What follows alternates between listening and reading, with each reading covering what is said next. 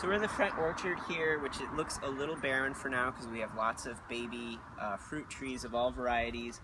And we ended up like chopping back a lot of stuff that was here just so that these fruit trees could get more sun. And consequently, they've just like exploded with growth. And they're gonna do really well. Probably next year they'll be, you know, up in this range, at least 5 feet tall. So it was a good choice to open up the area, and that's one thing to consider if you're building a food forest. It's the exchange of opening up sun for losing a little bit of beauty for a couple of years and looking a little sparse in some areas. But we have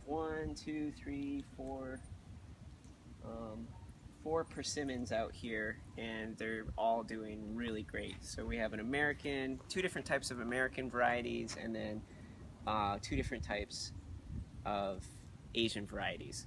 And actually, I just misspoke. We have 6 persimmons out here. So we also have bees on the property now. As you'll see as we're walking through here, we have 3 different hive sets, and each hive started with 30,000 bees, and now they're up to around 70,000 bees a piece, maybe up to 90 on one of the ones that got a little bit bigger up on the upper deck. So we've had really amazing pollination this summer, and we've noticed it in our cherry crops. We had amazing cherry crops this summer. What's going on? Nothing quite like eating organic, fresh Rainier cherries right from your front door for breakfast.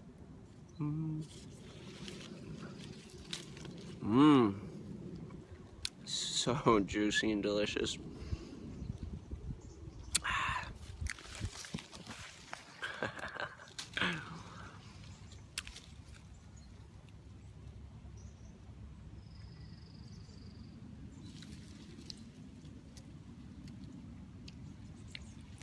That's what I'm talking about.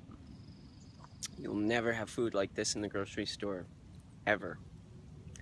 Entirely worth growing your own food.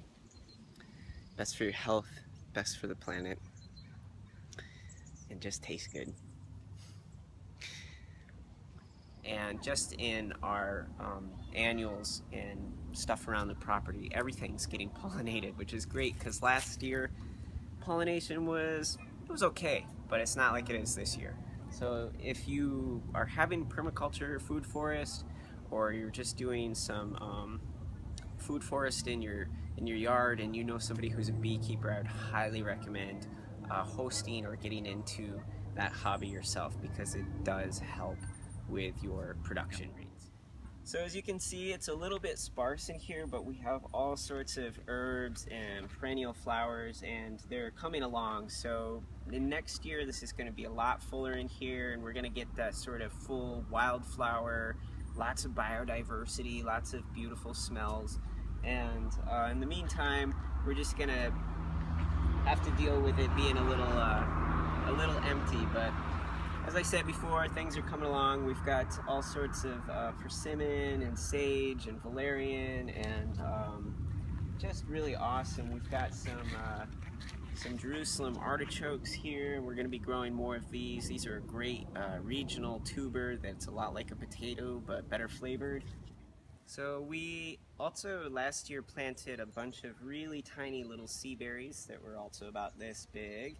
And they're finally taking hold this year, which is really exciting. I had one die on me, and it was a male, and we replaced it, and we have another one back here, and there's another one up there, and they're really kind of slow to establish, but I've heard from other people who grow them in this area that once they establish, they're very prolific. So if you're thinking about getting sea berries, I might recommend getting them into pots with good drainage and growing them in pots a couple of years to get them big and hardy before getting them in the ground. And then if you're going to put them in the ground, you can see this is kind of a dipped basin here, and I didn't realize how much drainage they needed, and they're going to do a lot better if you sort of build up a mound and let them get some drainage underneath them if you're living in a rainier region.